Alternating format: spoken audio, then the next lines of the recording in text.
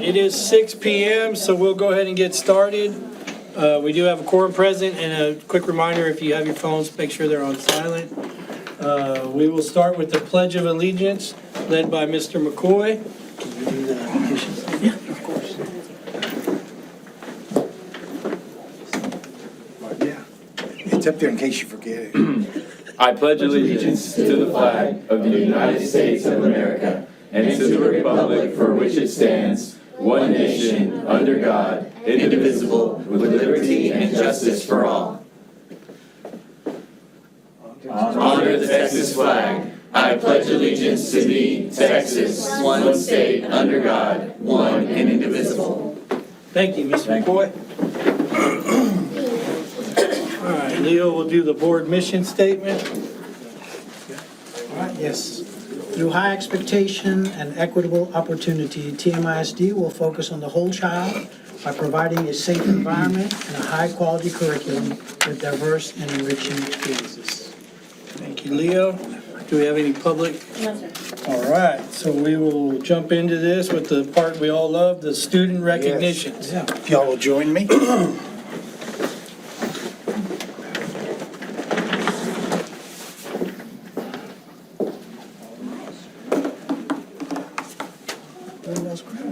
Yeah. No, it's not a rumor.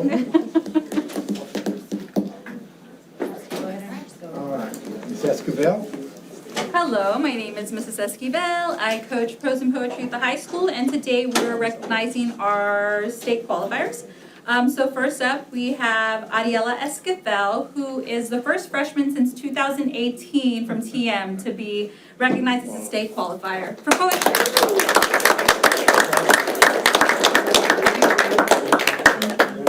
Next up, we have Jordan Ibanez, who placed UIL Academic State third place in prose.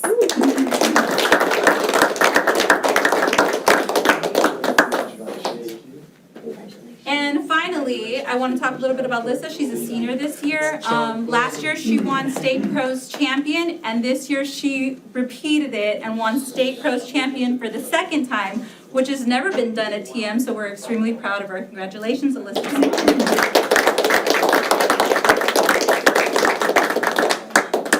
Also our valedictorian. You'll be in the picture. Take a picture. All right. Come over, y'all want to come? Find a window. 3, 2, 1. Got it? Thank you. Good job, y'all.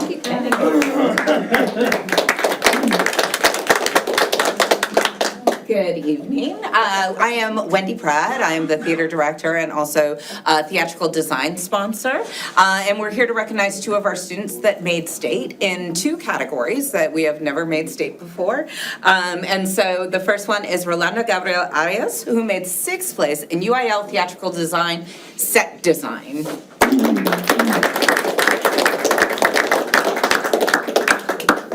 And second, we have Eleazar Silvas, who placed in UIL Theatrical Design Marketing. And we had one more qualify, Ava Salinas, but she's unable to be here with us tonight in costume design. Yeah, let's get Coach in the pictures. Y'all come on over here. Good to see you, Coach. I didn't know what coach was.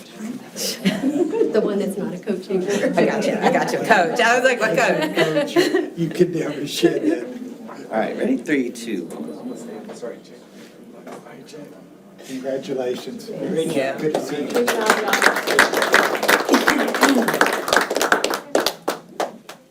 Hello, I'm Belinda Covarrubias. I'm the UIL coordinator at the high school, and today we're recognizing Maria Villegas.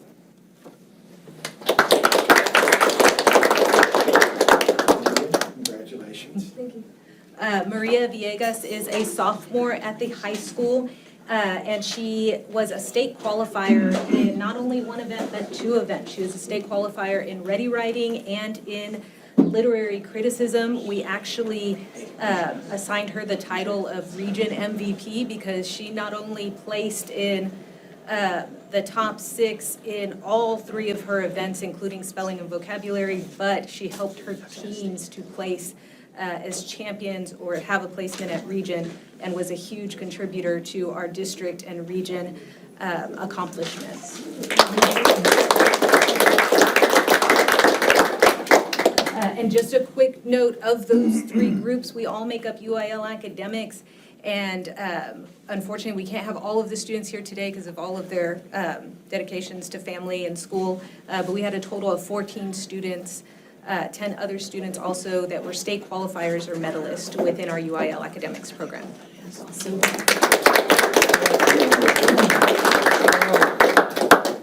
Thank you for taking time out of your summer to help us recognize these scholars.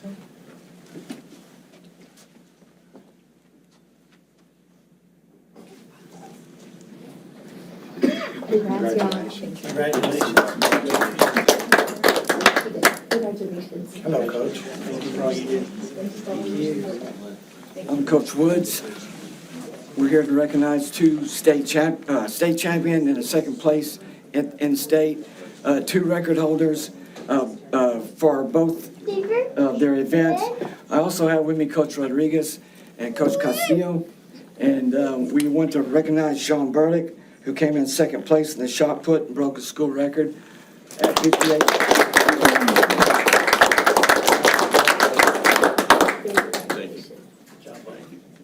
This next young man, Jaden McCoy, came in first place in the state in the long jump, broke his own school record of 24 feet, 6 inches and 3/4.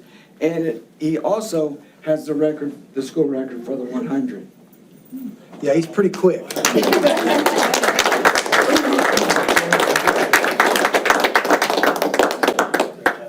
These guys gave their heart and soul to TM, and the state championships shows that how hard they worked. We're so proud of them. Gonna hate to see them go. Yeah, we are. Let's get a picture. Come on over here, coaches. Good to see you, sir.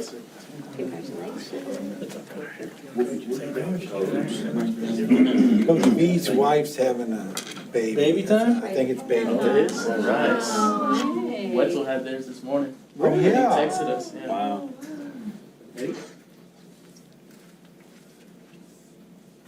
Awesome. Congratulations. Good luck.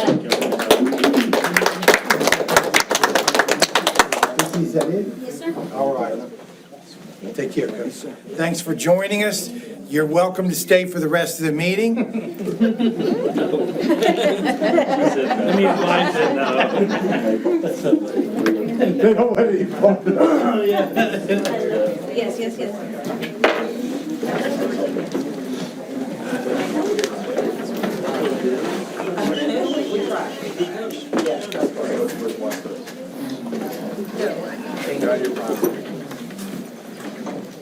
Thanks.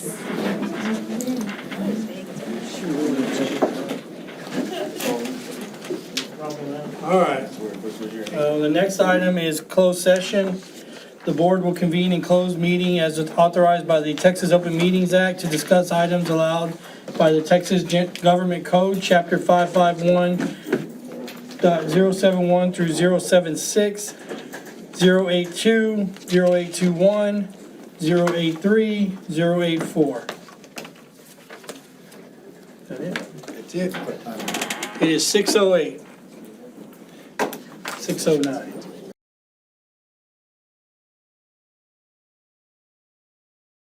So it is 7:08. We're back in closed session. We have moved to table both items from the closed session. So that'll take us to our next item, which is the budget presentation.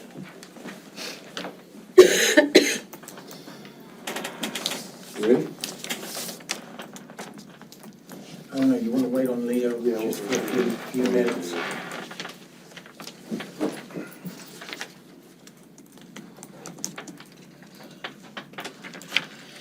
We found out today that there'll be several of our questions answered on Thursday.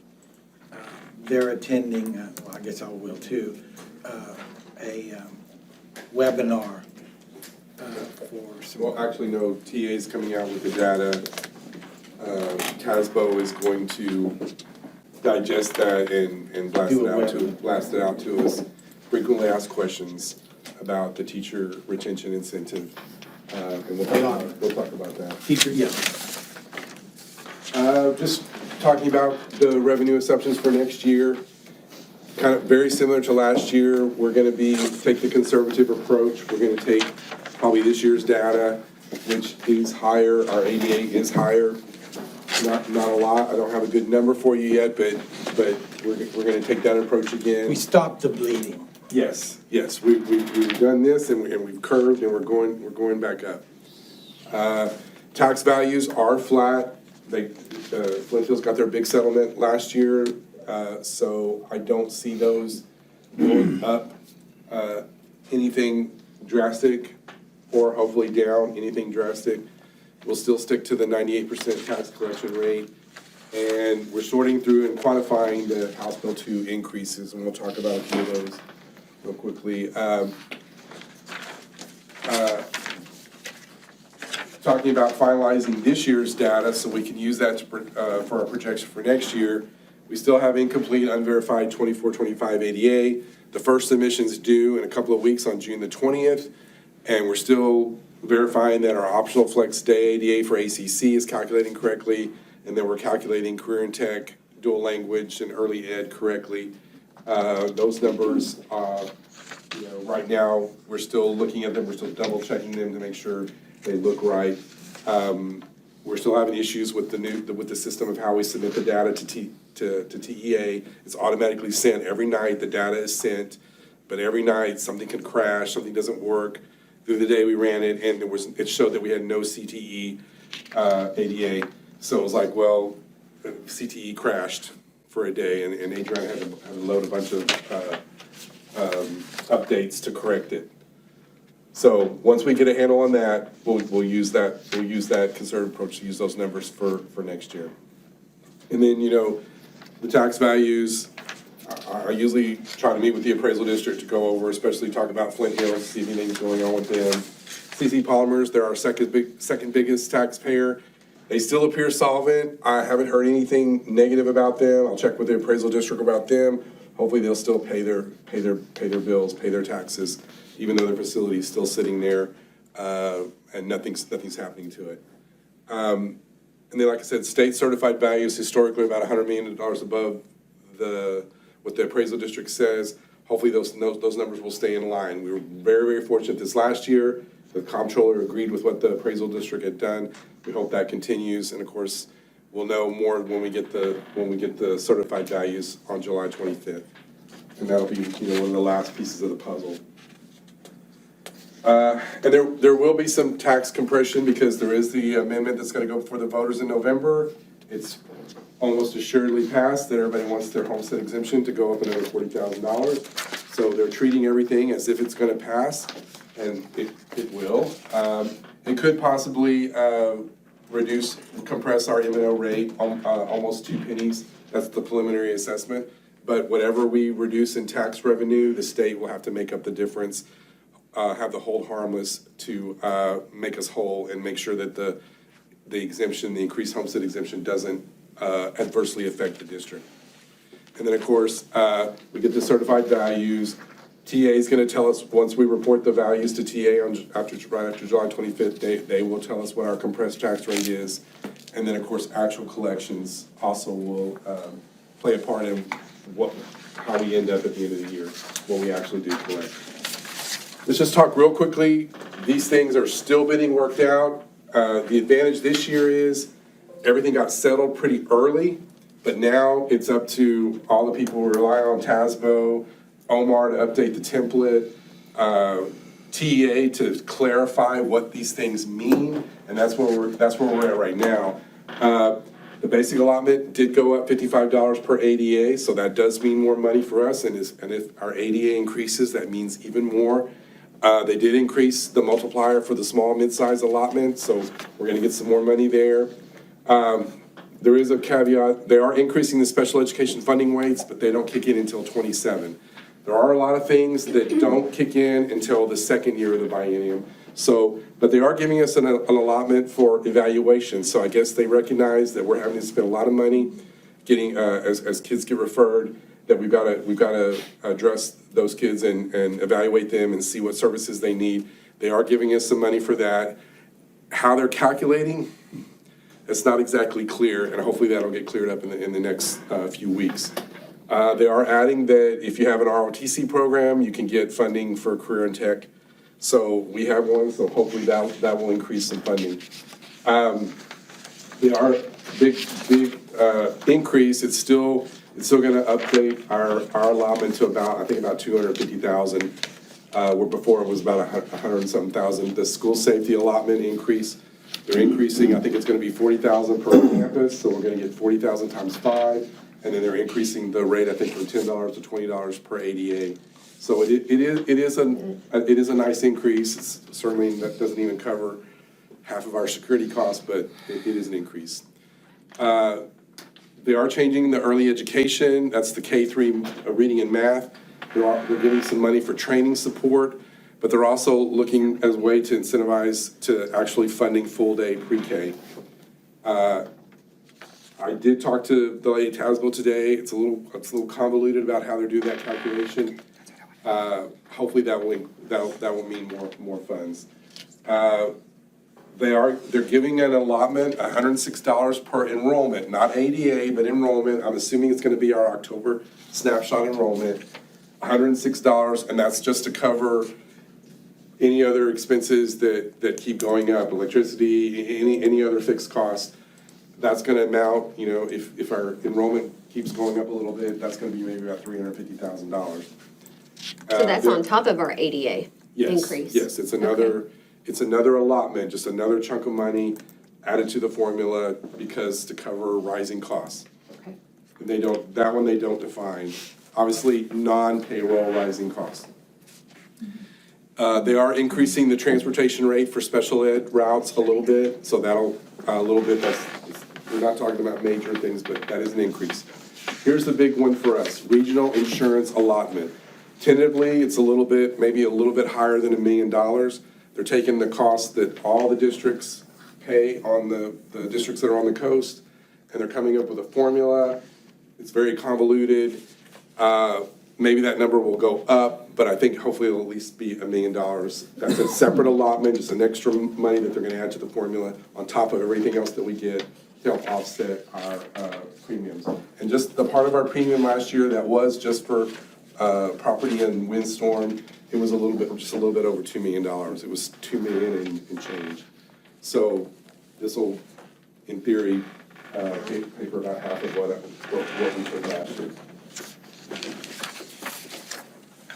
Compensation allotments. This is what Mr. Van Meter was saying. They're supposed to come out Thursday with answers to frequently asked questions to give us more guidance on how we're gonna handle this. But since we are a district less than 5,000, we're gonna get $8,000 for teachers with 5 years of experience and up, $4,000 for teachers with 3 to 4 years of experience. Nothing in this allotment for 0 to 2 year teachers. We're clarifying what the definition of a teacher is. Right now, they're saying you have to be instructing students for more than half of the day. So we're gonna have to get the clear definition of who that is, who meets that criteria. We do have the issue of, we've got a lot of people that are on, we do have some people that are on the teacher pay scale that are not teachers, like counselors, RNs, librarians. We've got some other people, athletic trainers, some other people that are not gonna fit in the definition of a teacher. So we're not gonna get the funding for them, but we've got them on the scale. So we gotta figure out how to adjust for that. And it does not include some staff positions who are currently on, that's what I'm talking about, all those other positions. We have to completely look at how we're gonna set up the pay scales and what we have to do. We're asking the question, does the 8,000 or the 4,000, do we have to incorporate it in our teacher pay scale, or can it be something just on top of it? And how do we do that? One thing to note though, we're gonna have to prove that whatever we do qualify to get, obviously we're gonna report this data through PEEM submissions, And then we'll, hopefully, I guess they'll true up with us about how many teachers that fit the criteria that have those years of experience, and we'll get funded for that. But we're responsible for the payroll expense, so you gotta tack about 10% on that we're gonna have to come up with the funds to pay for the payroll costs, that our share of the TRS, our share of the Medicare and the TRS, that the district has to incur. So there is a cost with that. We've got to cover the payroll costs. Then there's a separate allotment, once again, on top of that, staff, they're calling it the staff and Senate allotment. It's $40 per adjusted ADA. They're gonna take our ADA, and there's a formula, the lady showed it to me today, where they reduce it slightly, kind of to offset the increase, something to do with the increase in the basic allotment. So they're reducing our ADA for this. It's $40 per adjusted ADA. Specifically excludes allocation to administrators. So these funds cannot go towards, like basically directors and up. And of course, it can go towards the teachers that have 0 to 2, because they're not included in the teacher retention allotment, so they're eligible to qualify for some of these funds. And then it includes all auxiliary staff, which would be all clerical paras, all of Patrick's maintenance, transportation, all those people, basically all the non-exempt people, the people that are subject to overtime. And then all the certified people that do not meet the definition of a teacher, like I said before, counselors, librarians, RNs, diagnosticians, instructional coaches, all those other people that don't meet the definition of a teacher.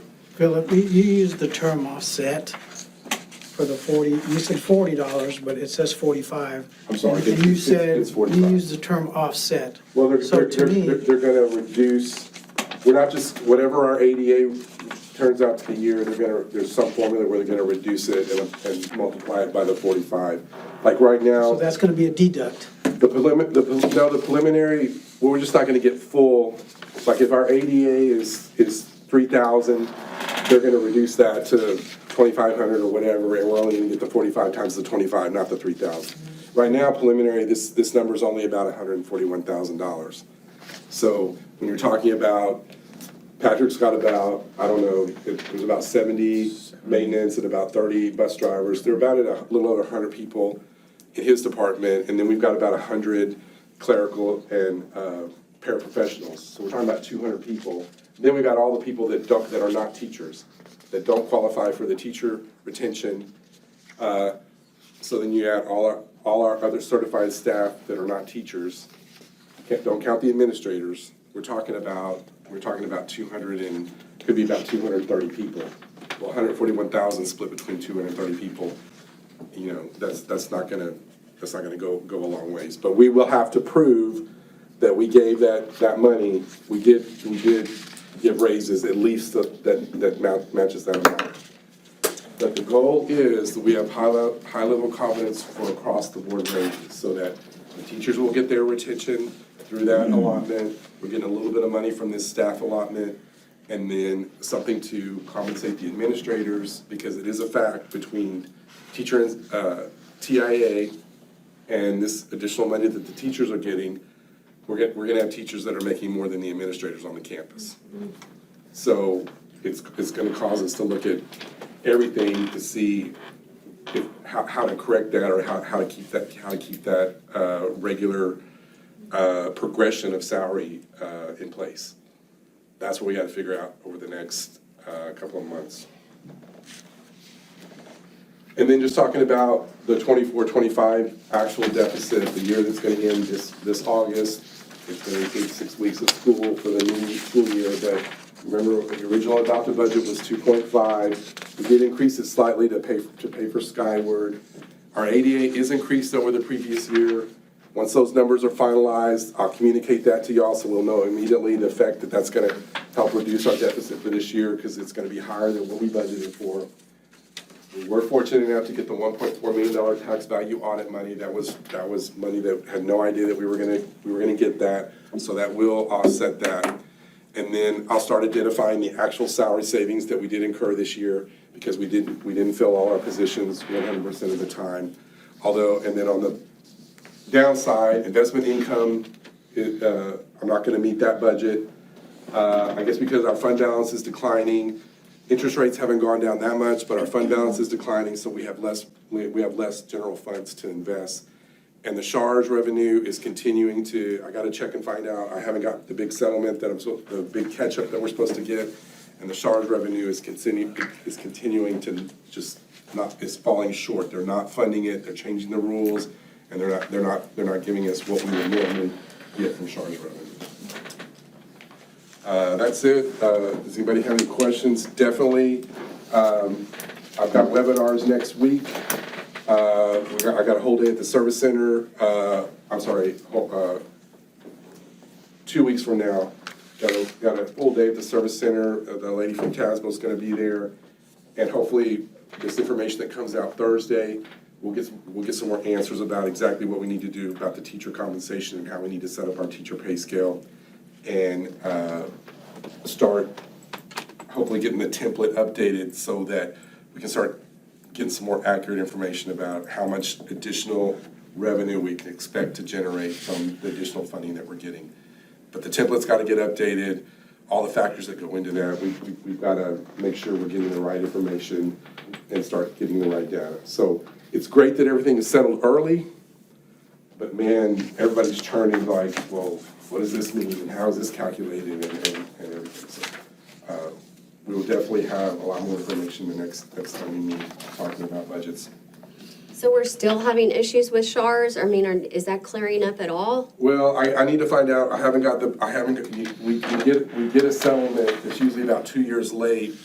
As each year closes, as the year's gone on, usually they owe us a big chunk of money that we get that next year. I haven't received the one that I was expecting this year yet. Normally it comes in by April or May, it comes in, and I don't have it yet, so I gotta figure out where it is. You'll see on the financials, we're significantly short on the federal revenue on the general fund because of that. It's mainly because of the SHARS money. Any other questions about the preliminary allotments and extra funds that we're supposed to be getting? I think the headline is, we're in much, much better financial shape today than we were 3 weeks ago. Are we completely out of the woods? No, but we're heading in the right direction. All right, any other questions, comments? All right, that was presentation only. No board action needed. Move on to the next action item, which is discuss and consider renewal of annual financial audit services contract. Mr. Carroll? This is the annual engagement letter from our auditors. I will admit, they threw me a little bit of a curve. Our auditors, Kieschnick and Warren Kieschnick, they have decided to take their auditing practice and they've merged with another accounting firm. So you'll see this engagement letter is from the firm that they have merged with. They are still advisors. They are still gonna help with the audit, but actually the partners that are gonna do the audit are from a company called Green Growth CPAs. They're a California-based company. The partners are from California. Like I said, they caught me off guard a couple of weeks ago. So the price has gone up a little bit, but that's in line with our agreement with them, because everything is more complicated now. But definitely, it's a little too late to go out to get another auditor. I'm happy with Kieschnick. I'm hoping that these new people will be just as easy to work with. But we have to get an audit done, and so. Kieschnick's still involved to a Yes, certain they're still extent. involved. They're still involved. They're just keeping their firm. They're just keeping their firm to do tax prep. So Laverne Kieschnick, technically, that company is only going to be doing tax preparation. They've merged their audit part of their business with this other company, Green Growth CPAs. So I would ask that y'all approve the engagement letter so we can get working on the audit. We'll see how it goes. And do I like having an auditor that lives in California? Not really, but we'll see how this goes. And, you know, if necessary, I will go out for proposals the following year. So how much of a difference is it? The fee went up 8%. If you see there's a dollar amount, it's about $38,000. Yeah, that's what it says in here. Yeah, but I didn't know what it was prior. Yeah, I know it's exactly 8% higher than last year. I'd have to go do the reverse math, but I don't remember what the it was about, I think about 35,000 and change is what it was before. And he's all the way in California? The partners of Green Growth CPAs are based in Southern California, yes. But Mr. Kieschnick and Mr. Laverne will still be advisors, and they'll still be involved in the audit.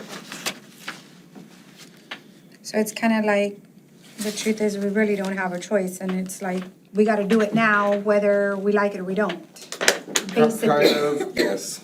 So it wasn't like you gave us an option, like say, hey, this is coming up, or whatever, it's like, Right. this is it, deal with it. I always do the engagement letter in June, and when I reached out to them in May, that's when they informed me of their change.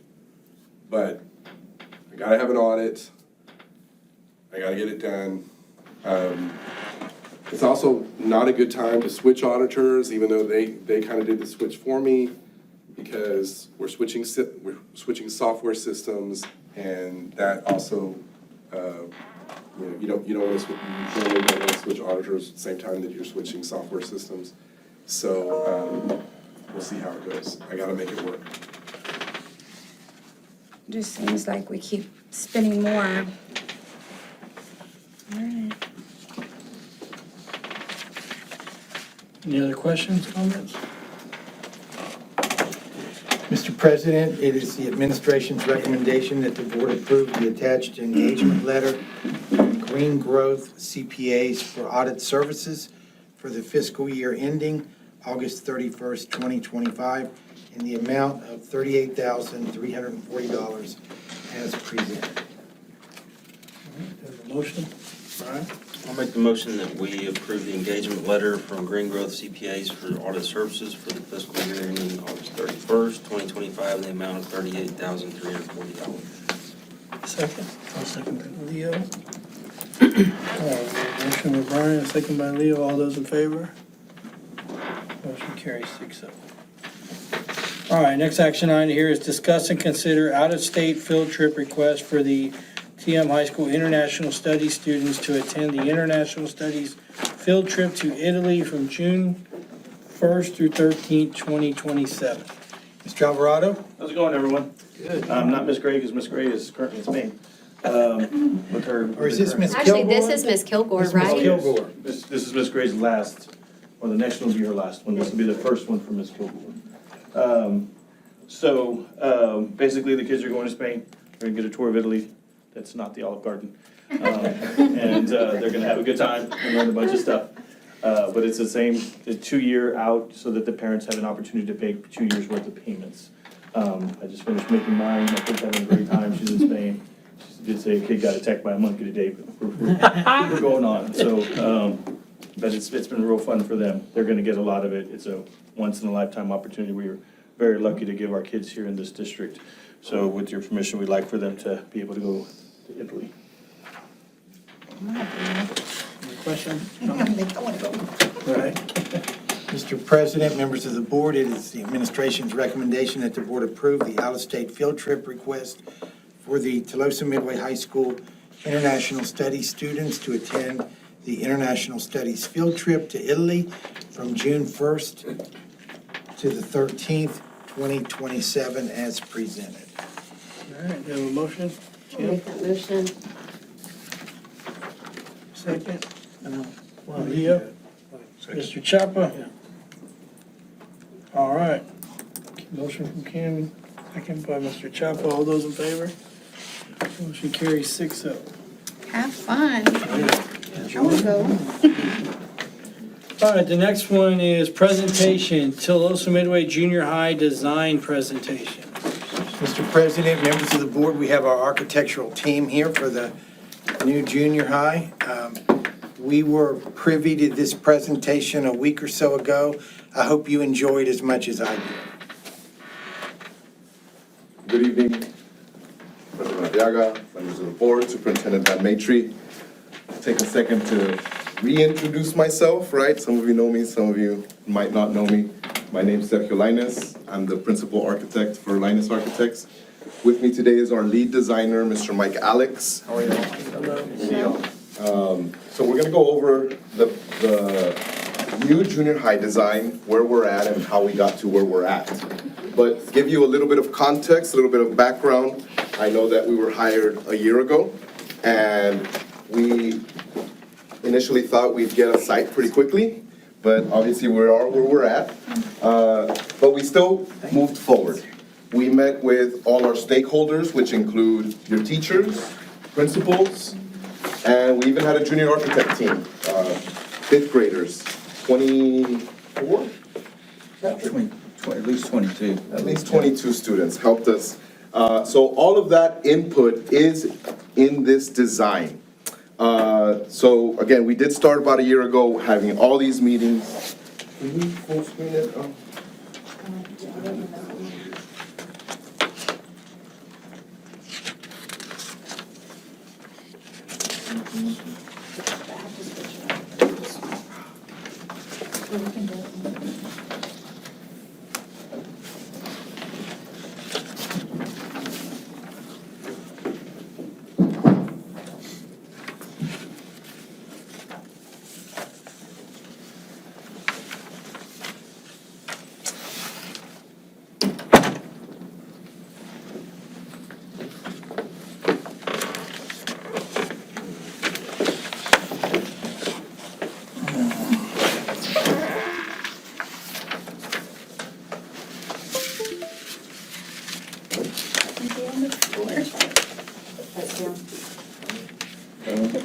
There we go.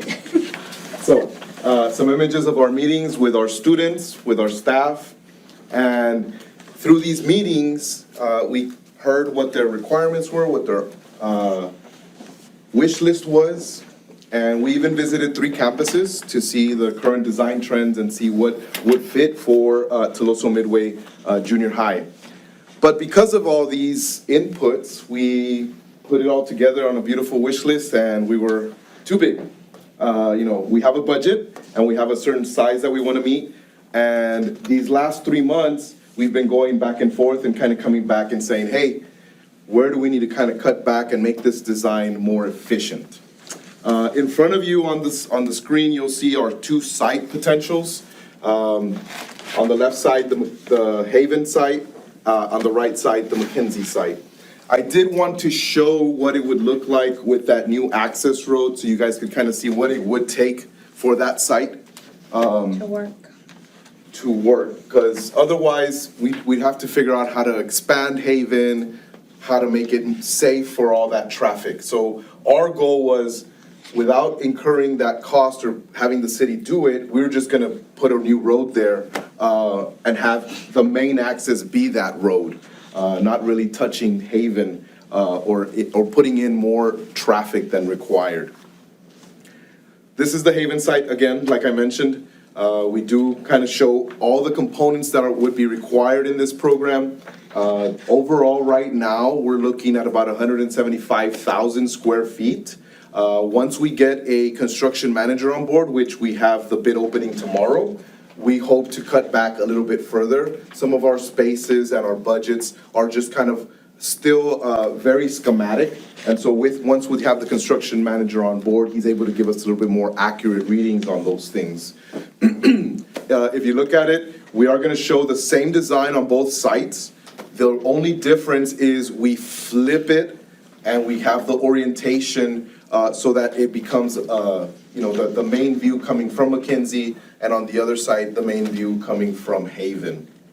But both of them are exact same amount of parking. The front parking, which would be for our teachers and our principals, is about 204 spaces, and then the back parking for additional gym or stadium football games is another 240 parking spaces there.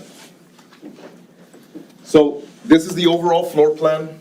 Kind of going to guide you through it, starting in the very front. The way this is oriented for the Haven site. And we know that that's still a possibility to change, obviously, with some news. But we wanted to show you more or less this orientation because it's easier to follow. So at the very top, you see the main entrance, the orange being the administration side. We do have a security vestibule in the front, and then a secondary vestibule to be able to hold anybody there prior to them actually accessing the main campus. So if somebody does get through the first set of doors, still they need access through the second set of doors, which allows administration to be able to have teacher-parent conferences without the parent actually getting into the school district. Mimicking still the same concept that we did for all the other current schools where we remodeled the vestibules. On the right side, the green side is where all your classrooms are at. The light green are your core classrooms. The bright green are your special ed classrooms. Overall, we have 25 core classrooms. We have 3 special education classrooms, 5 science labs, 1 art classroom. And then we'll go over kind of a little bit more detail on the library multimedia area, which is in the center. What we want to do is focus, again, kind of those current design trends that we visited. We noticed a lot of collaborative learning spaces. And in these collaborative learning spaces, things were open so that students can kind of meet with each other, as well as possibly even have class or a club there. So you'll see some of the stair design to incorporate those processes. Excuse me. That's the other side of the classroom spaces. The teal color is the science labs, and then the red we're able to include a lecture hall. We'll go over and kind of see it better in the 3D view of this, but our gymnasiums, we were tasked to have 2 gymnasiums, one main one that would seat everybody in there. So this has 680 seats. And then on the other side, a smaller gym that would sit about 350 on that side. Still sticking on the athletic side, we're able to have a very large athletic weight room to kind of get the students prepped for that strength and conditioning training for high school.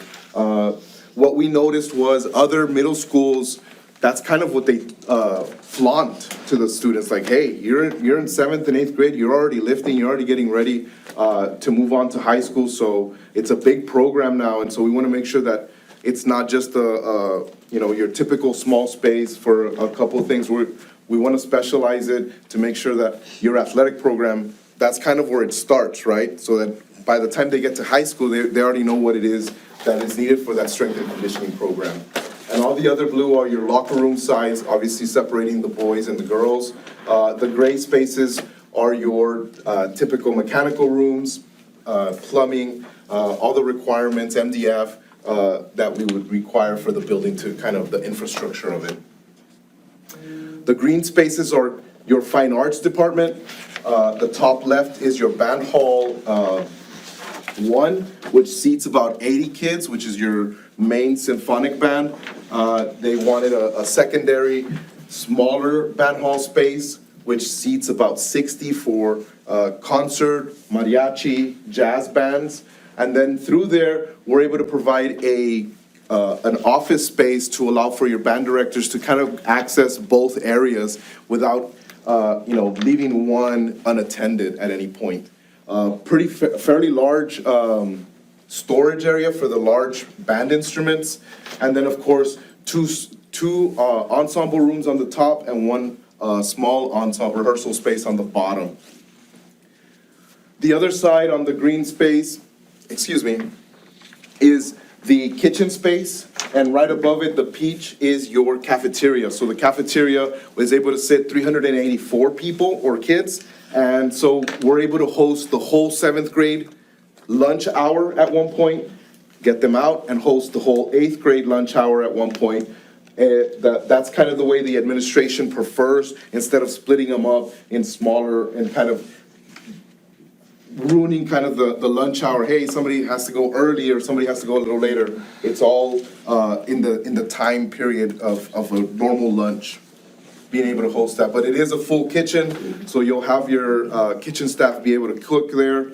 We do have a delivery area for all the food that would be delivered. Excuse me. And then another option, or another requirement that was given to us was a performing arts center. And we wanted to make sure it was within the landscape, that it's just not kind of sticking out on its own. It's part of the whole design. So it is, we're really calling more this area the fine arts wing. It's the same area where you have your band and your choir. You have the performing arts, which is the large area up top, seats 316. And then on the bottom side for the one-act plays, you have your dressing rooms, you'll have the makeup area, and even a stage design area. We included a classroom space that involves a theater classroom as well. That's kind of more of a multi-purpose type of theater, where it can be kind of adapted to depending on what it is that they're trying to learn and practice and rehearse. What is the Cooper sit right now? Just under 1,000. Jim Cooper sits 980. Keep in mind, this is just for 7th and 8th grade. And we're hoping that just kind of similar to the cafeteria, be split up in those grade levels, like for awards, only 7th grade awards, only 8th grade awards, type of thing. And you do have your main high school pack to host, something big and major like. What's it, a little over 400? A little bit over 400. In one of our original design, we did have a larger space, but at the same time, we felt that we would overshadow the high school as a junior high, so we kind of compressed it. And again, coming back to our budget, to making sure that we're within the allotted amount. Moving on to the second floor. The second floor is really just more classroom spaces. The idea is that on the bottom, you would either have 7th grade or 8th grade, and then on the top, the opposite level. That's just kind of the way the teachers and administration preferred it. That way, they're not intermingling too much. It does have its own stairways separate. We do have the main core area where it could possibly get loud when they change classrooms. But because we have those other stairs, teachers can kind of say, hey, you guys got to get out through this instead of everybody coming out through the middle. Something that I didn't mention, I'm sorry, I got to go back. For the site plan, we do allow for growth. So if you look at this drawing, you see the dashed lines where it says future classrooms. While we are already in the design allowing for growth, your current enrollment is in the 670s. We're allowing to go up to 750, already included in the design. But then for future, if it does balloon further than that, we do leave enough space to expand your classrooms to jump up to whatever those needs would be. That's good. Instead of worrying about like, oh no, we gotta figure out where to put it, we're already telling you, this is the area where it needs to be. And then it becomes a seamless thing. You don't even notice it whenever you do it. Exactly. It's part of the campus. And it's part of the same structure, so it just kind of aligns. We want to make sure that we're not putting a further burden on you for the future, like, oh, you didn't leave us enough space for growth. Going back to the gyms, like I said, it's 2 gyms. Our main seating for the main gym is on the 2nd story. Something that happens during basketball games or that they've experienced is maybe some parent involvement that is a little negative. So keeping them separated from the actual court was our design intent here. And you'll see it in 3 in a moment, which also created an opportunity to do an indoor track. So what you see up here is an actual track that if you do 8 laps, you're doing a mile. Did I see that y'all had a bowling alley in there too? Yes, we do. It is included, right? It is included. It's 3 lanes. I didn't mention it, and I apologize. It is It's one of okay. our features. It's the dark green next to the Next to the gym. gyms. And I wanted to say something, but I was like, I'm gonna wait till after. But I really like that. By all means, please. It just fits so perfect. I think when Mr. Van Matry and Patrick kind of told us about it, we're like, okay, let's see where it fits. And it just was the right dimensions that align perfectly with the gyms. And because it's for our special education as well, it stays on the first floor, and it's right at the entrance. They have their own kind of designated area. That's So if amazing. you go to those, the three-dimensional drawing, Oops. Too many. go to one more, that there. So what it works out nice so that you're not wasting space is that we've tucked the bowling alley underneath those bleachers. So it's saving you floor space to be able to do that. Works out Will it be echoey if, I'm just thinking about like for our kids, some of our kids are very sensitive, highly, We you will know. definitely- Does it have that? We will definitely have we have an acoustical team on board, Okay. which they study all those sound decibels, and they'll be able to bring it down so that it's nice and quiet in there for sure. Okay, 100%. Yeah, because I would hate for the kids to be in there and them running around, and some of our kids can't handle. Absolutely, You know, no, I completely some of those understand. noises. Something to keep in mind on these renderings, we are in schematic design, which means we haven't applied materials, we haven't applied colors. The color that you see is just so that you understand, hey, it's a basketball court, right? And more than likely, it's gonna have your colors, bleachers, seats, but overall, we're not at that phase yet to tell you this is gonna be block, this is gonna be steel. We're just showing you what the spaces would look like, the forms of it, right? So that you understand, because reading a floor plan, I can do it, but maybe it's a little hard to envision it, right? So we wanted to show you guys in 3D that make sure that the design is coming across for everybody. And I just have one question, like, you had said the special needs classes, the classrooms for them, where exactly is that located? So if you look at, Here and I'm again. just gonna show you the overall on the screen. Which is this one right here? Yes, so right there, this is the special classrooms. So it's the entrance, and And they it's on just the go first right floor? here. Yes, ma'am. Okay. Quick question on the gym where you show that wall, that's not you don't typically see that anymore. You see those in, like if you go to Odom's 1960 gym, you see the wall right next to the court. There's no safety concern there? Where it says Tolosa Midway on the next rendering, right there next to the court, that's a wall, right? It is a wall. We definitely put some padding, but I think that the latest renderings are not being shown here. That wall was pushed back a little yeah, it bit. was pushed back. We want to make sure there's enough space for bench. There'll be enough space for bench and for water stations. Oh, okay, so that's where the players will be, okay. Yeah. Yes. Cool. It's Those just, are all the cheerleaders? I don't know. I don't know if cheerleaders go to the games. So Is there typically the enough cheerleaders will Kinda line up set up behind like behind flower. the, yeah, It's kind of set up like. They're on the flower baseline typically, the cheerleaders. like behind the court. They're right itself. here. Yeah. The other question is on the gym and the pack both. You know, I think we've talked about standalone gyms and tying gyms into facilities and the security risk that brings. Are these are not gonna have those issues? So they are part of the overall design. I am able to access from the school the gym, but we do have security access points. So if the gym is being operated outside of school hours, those doors lock up and you can't access the school. Vice versa, if the gym's not wanting to be opened up, those doors are locked through the hallways, not being able to open up. However, it does have its own separate entryway. So again, the school's not working, parents can drop off their kids outside and they go into the gym, not accessing the school, as well as spectators or anybody coming to see the kids play. They would park separately and enter through the main entrance and its own lobby of sorts. Okay, and then the last thing is, I noticed the concession stands are inside the gym. They're on the second So we floor. don't have to worry about losing, you know, because we host the tournaments like Pride of Texas, and you can't really use the concession because of security reasons and whatever they're- else. they're- We can lose a lot of money that No, way. they're on the second floor.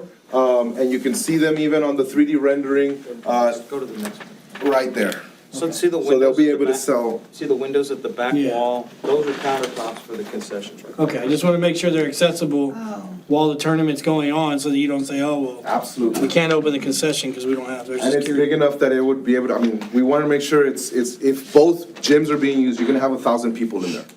So it's big enough to host, to be able to. That track on top, I like that. True story. So if you have a tournament going True on story. during school, you can keep the gym separated and there's parking and an entrance where you can access the gym. So like you said, Pride of Texas or volleyball tournaments. Yes. Security's taken care of. Absolutely. Yes, sir. Good deal. They can be completely isolated from the rest of the school. Okay, good. Cool.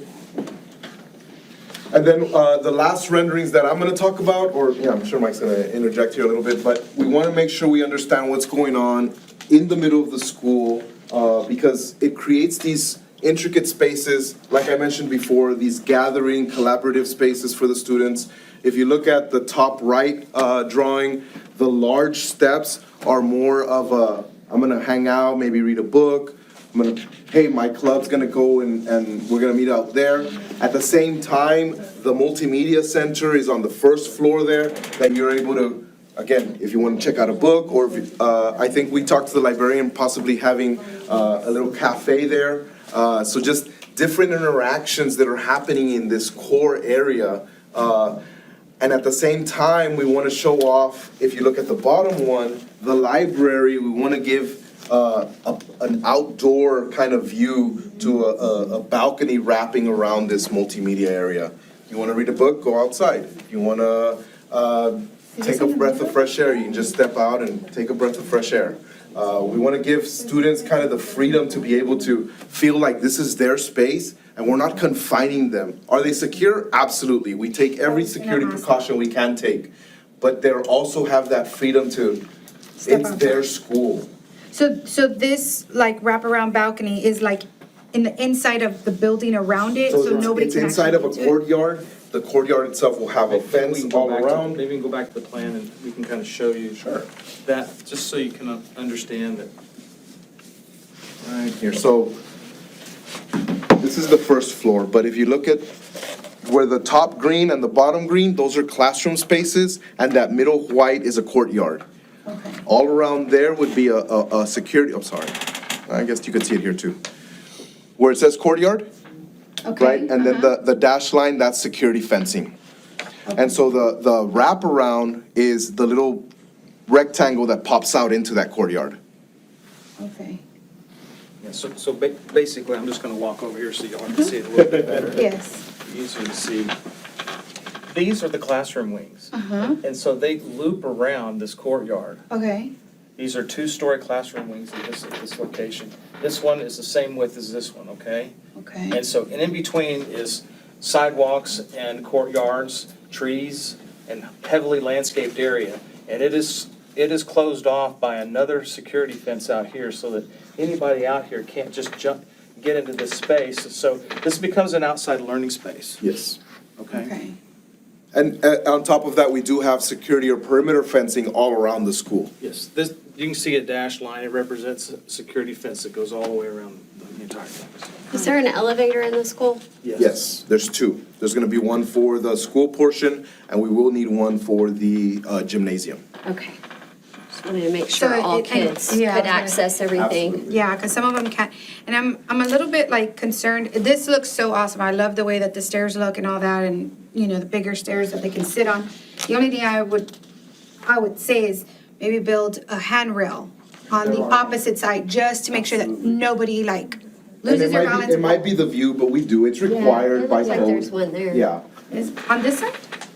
Or are you saying about like the regular stairs? I'm saying like on this side, right here, you see this area where they're Gotcha. sitting down? On this side, I would think you would still need to have some sort of handrails to make sure that nobody loses their balance and Absolutely, falls. absolutely.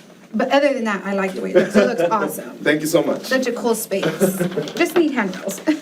And so when we culminated the floor plans, which is kind of where we're at, we went back and figured out, okay, now we need to start working on the vertical portion of it. What is this gonna look like on the outside? How are we gonna come up with something that's memorable, something that's, I think Mr. Van Matry has called it a showpiece for you guys. And that's kind of where Mike took the lead, and I'll let him present that. So, we architects do not like to design in a vacuum. We like to be inspired by perhaps your surroundings and context. And so, I'm from the Rio Grande Valley. I believe that the coastal bend area is very much like the Rio Grande Valley in that it's gone through phases in its recent history. It was once ranch land, and then it became farmland, and now it's becoming much more industrial. And there's archetypes in all those different phases of development across both the coastal bend and the Rio Grande Valley. And so when we look at architecture in the area, we're looking at some of the pictures you see here. We're seeing triangles, we're seeing industry, we're seeing past and present colliding together. And so we see these past and present agrarian and industrial typologies that are happening within the region. And those forms are playing against one another even to this day.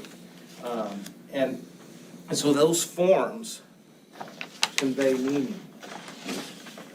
They're sometimes hard to interpret, and perhaps they're subconscious, but they do form meanings. One of the things that they form, of course, is familiarity and identity and progress. So we took some of these shapes, forms, and such, and began to think about, this is just a simple sketch that I started working on very early on in the design.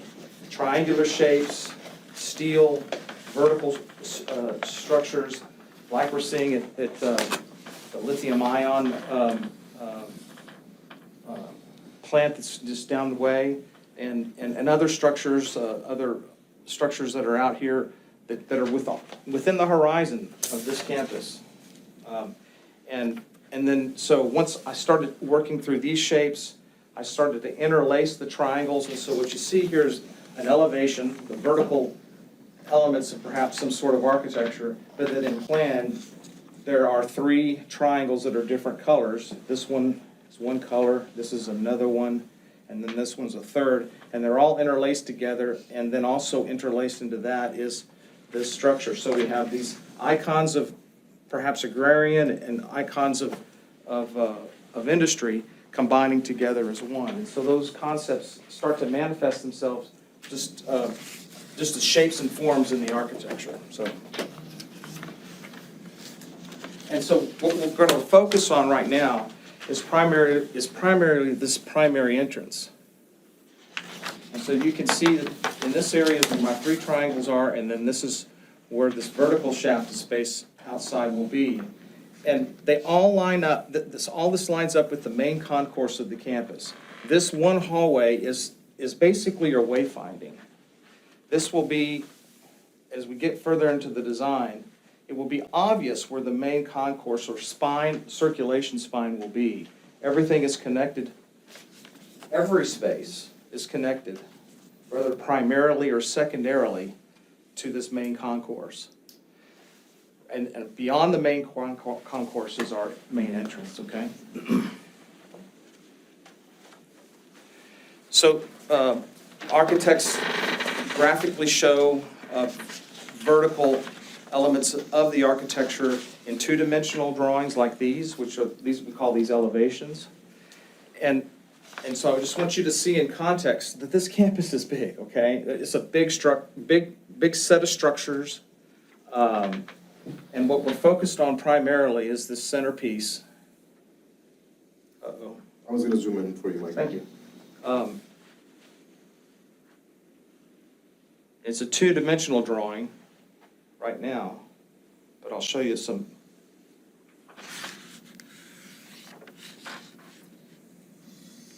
No, it won't do it. It's a two-dimensional drawing right now. There you go. Yeah, right there. Oh, right there.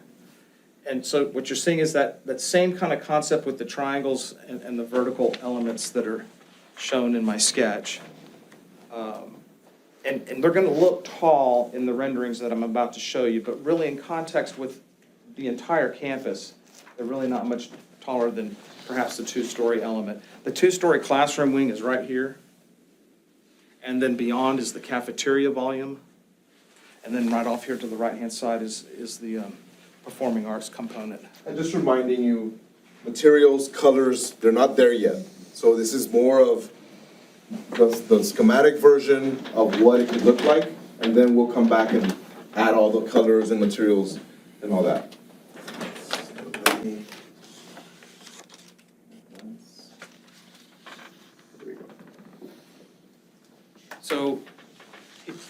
So here we are looking at the main drive. This is the main drive where parents will drop off. And then there'll be stations, as there always are in these drop-offs of different places where parents will drop off their students. And so the first thing that greets them are these triangles, that provide shade and shelter from the elements.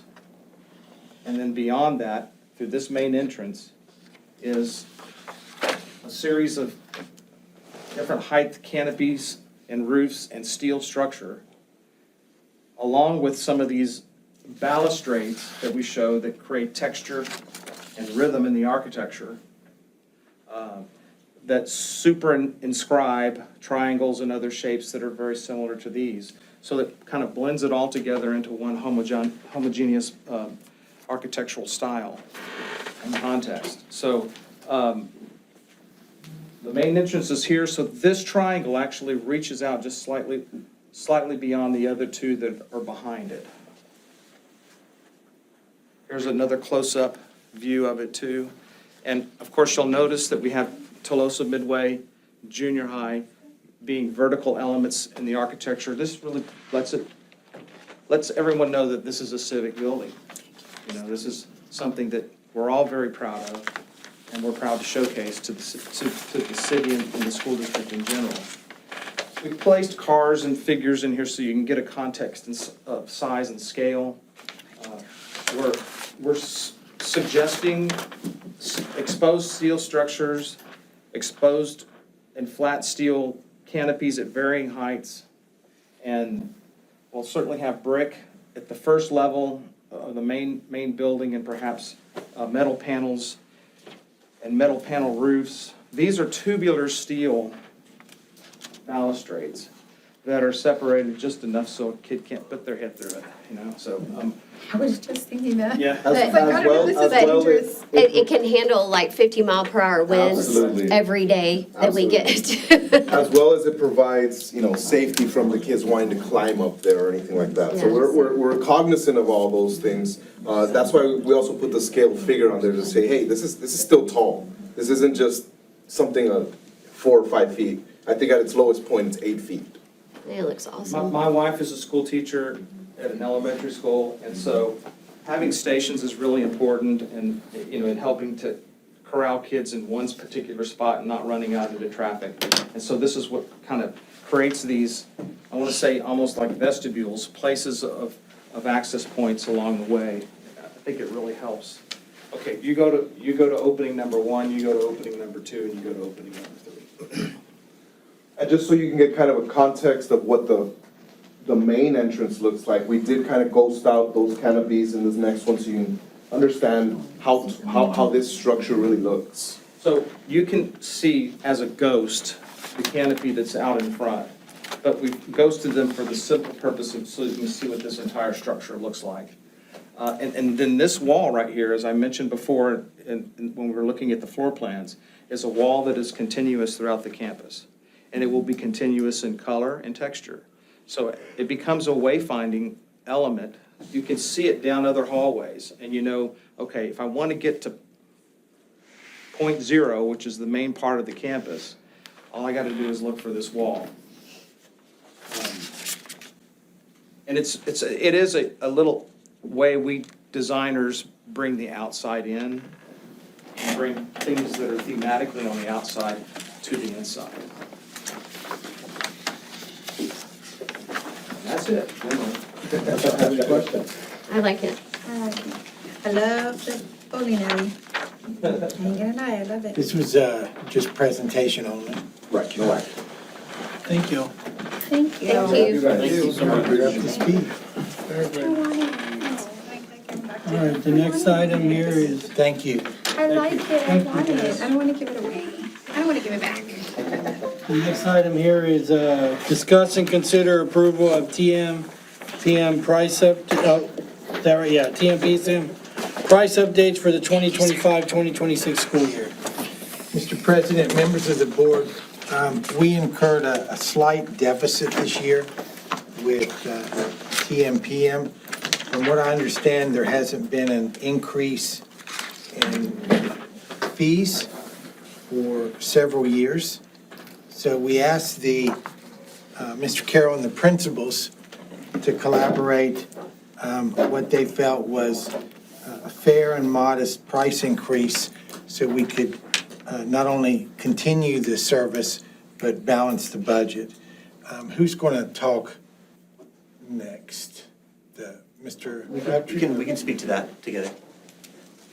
Elementary principal, sir. Got the price of it. I kind of remember it. Okay. Yeah, I remember it. So we were going from last year and the years past, they're about $95 a piece. It's been that way for a substantial amount of time. And with the amount of staff that we need to keep our kids safe in order to keep it going and also employ some of our high school students over there, we had to increase the price. From last year, it was at $95, which you can see, and now it's going up to $120. And then each additional kid, there is a discount if you have multiple kids at multiple campuses.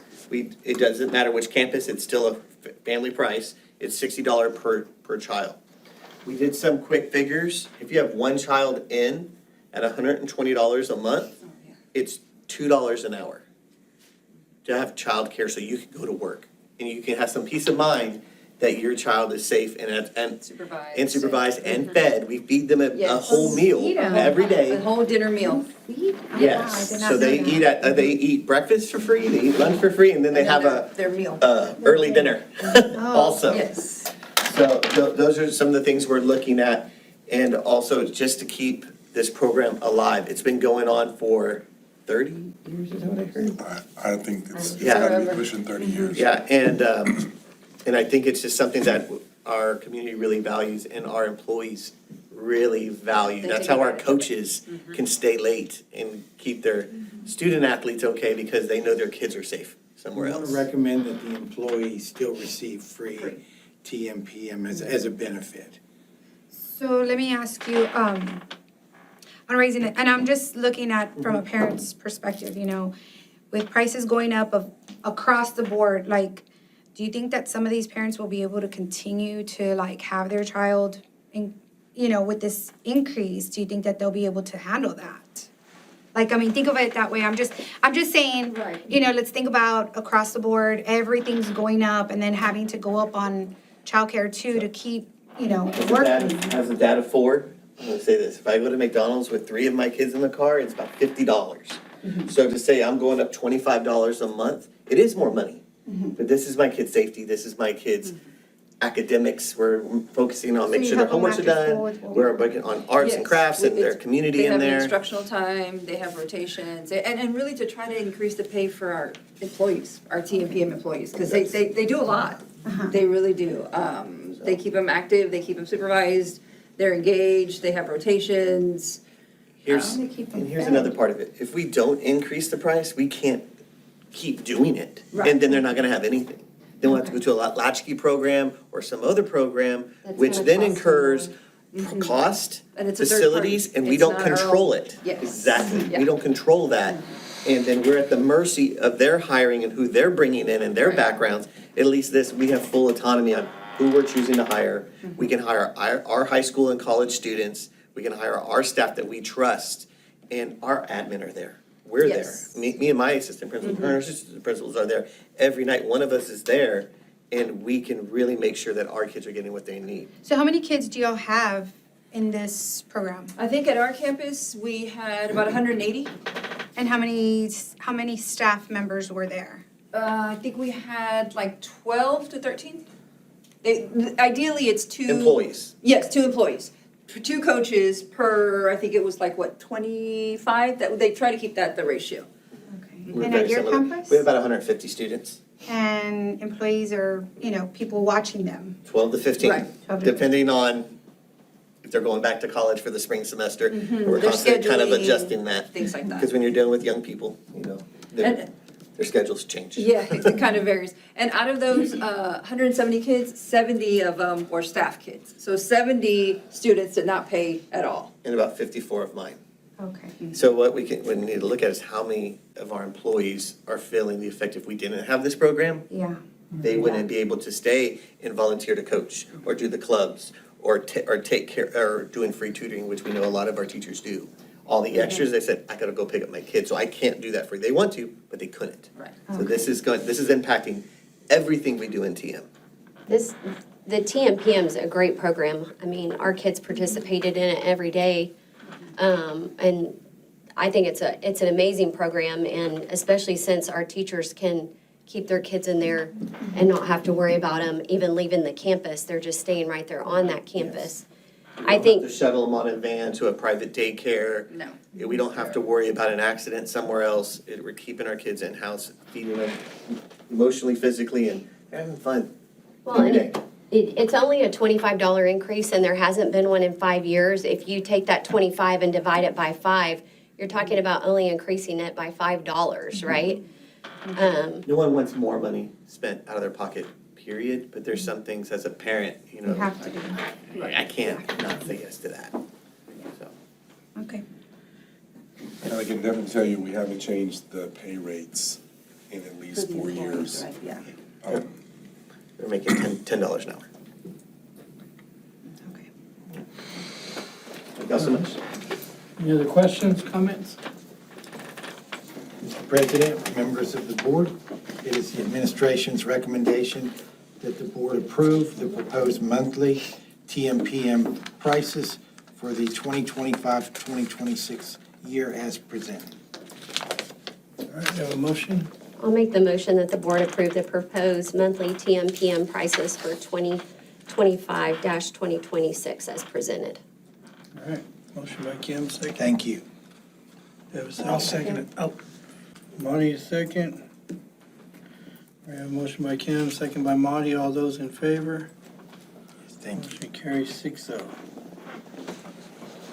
And the schools will start blasting this information out so the parents have plenty of time. Yep. Communication's key. Yeah. We'll share it early, but we'll really go through it at our meet the teacher and things like that in our handbook. Good deal.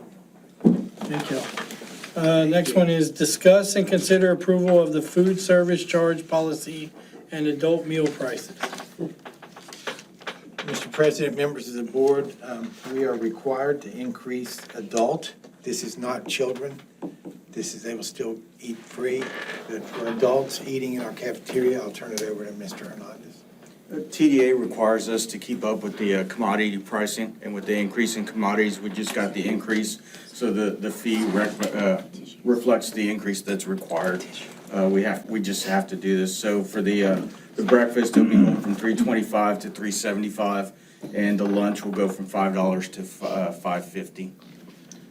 Just to give you a heads up, even though that the meal prices for the students is free, covered under CEP, in August, August or September, we have to do a price increase for that, even though we don't charge the kids. So you'll see that at an upcoming board meeting also, to reflect the commodity increase.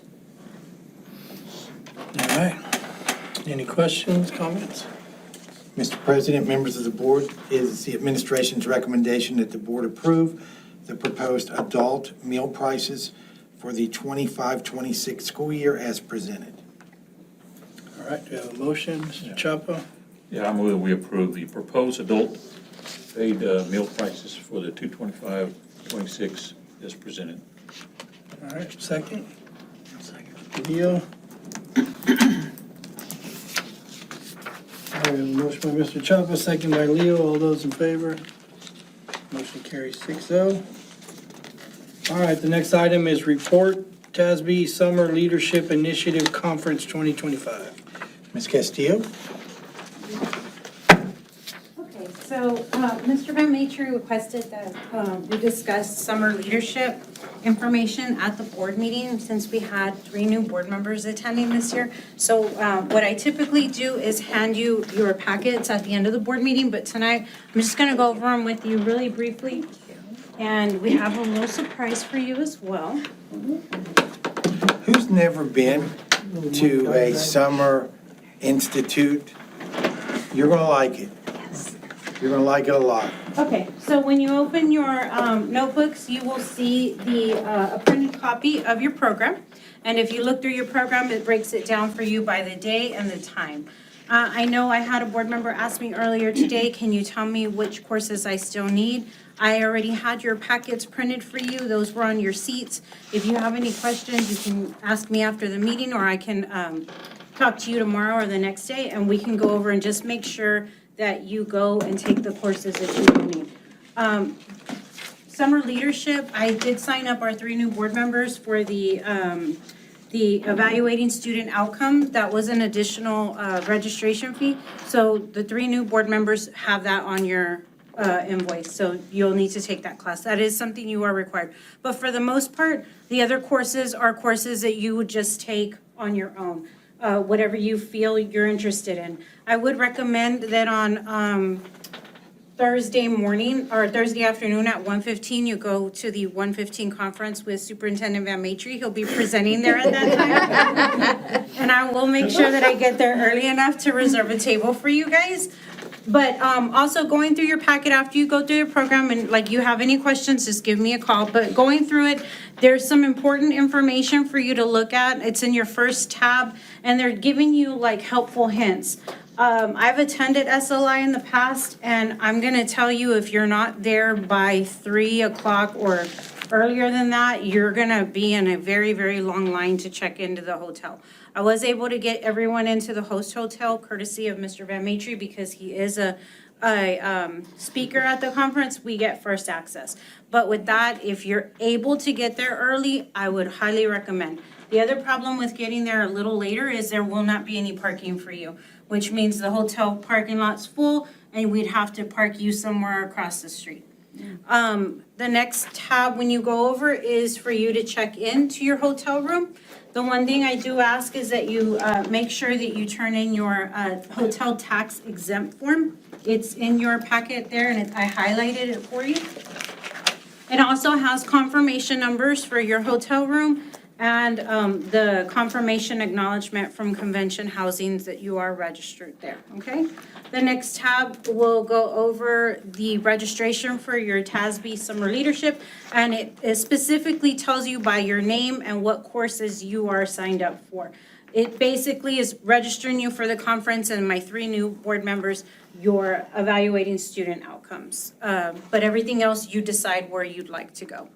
Last but not least, there are some mixers in there. Some vendors have invited you to some conferences, to some events after hours or during lunch, and I went ahead and RSVP'd you for both of them as well. So the 2 that are in there, you are already RSVP'd. And one more thing at the very end, any type of reimbursement that you would like to submit, your mileage, any parking or any meals that you expended out, just, you can bring me the form back, and if you're unsure on how to fill it out, I'll be glad to sit down with you and help you fill that form out. I know it went really quickly, but you always know you can call me and I'll walk you through.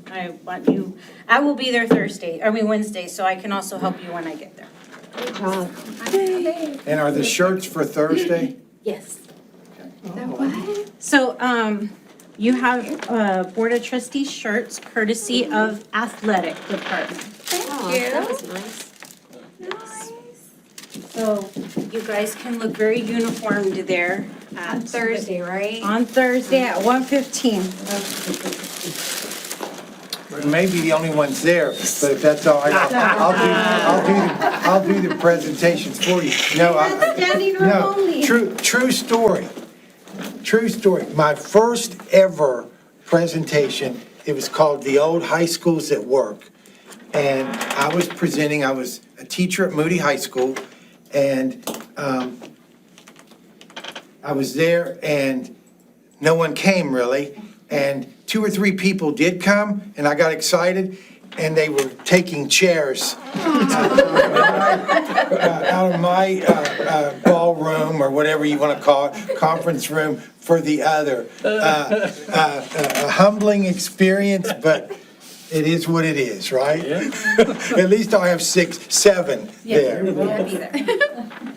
Front and center, we'll be there.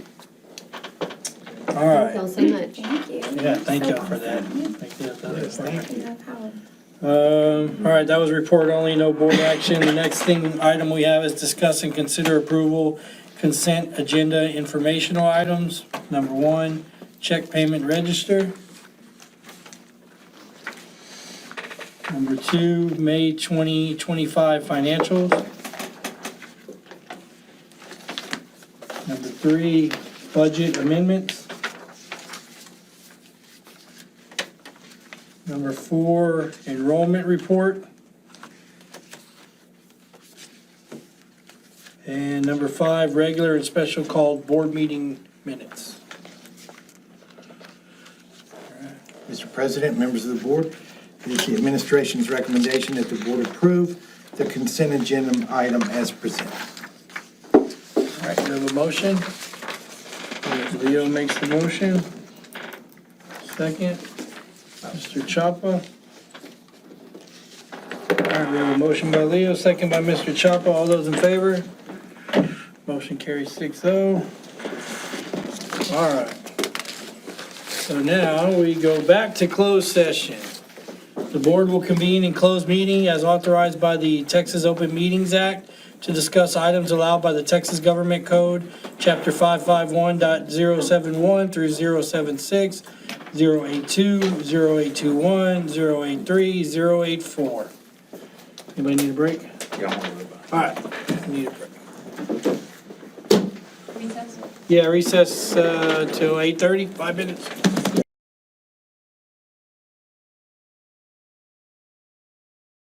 $10:40, back from closed session. So we have actions resulting from closed session deliberation. Mr. President, members of the board, the administration recommends the issuance of educator probationary contracts for the 2025-2026 school year as presented. Do you have a motion? I'll make that motion. Kim, second. I'll second that. Chapa, all those in favor? Carries 6-0. Mr. President, members of the board, it's the administration's recommendation that the board approve educator dual probationary contracts for the 25-26 school year as presented. Motion. Brian? I'll second that. Kim, second. All those in favor? Carries 6-0. Mr. President, members of the board, it is the administration's recommendation to issue an administrative probationary contract for the 2025-2026 school year as presented. Motion? I'll make the motion. Leo? Second. Kim? All those in favor? 6-0. Mr. President, members of the board, it is the administration's recommendation to issue a non-Chapter 21 contract for the 2025-2026 school year as presented. Motion? I'll do that. Mr. Chapa? I'll second. Leo? Who made the motion, I'm sorry? Rick and Mr. Chapa.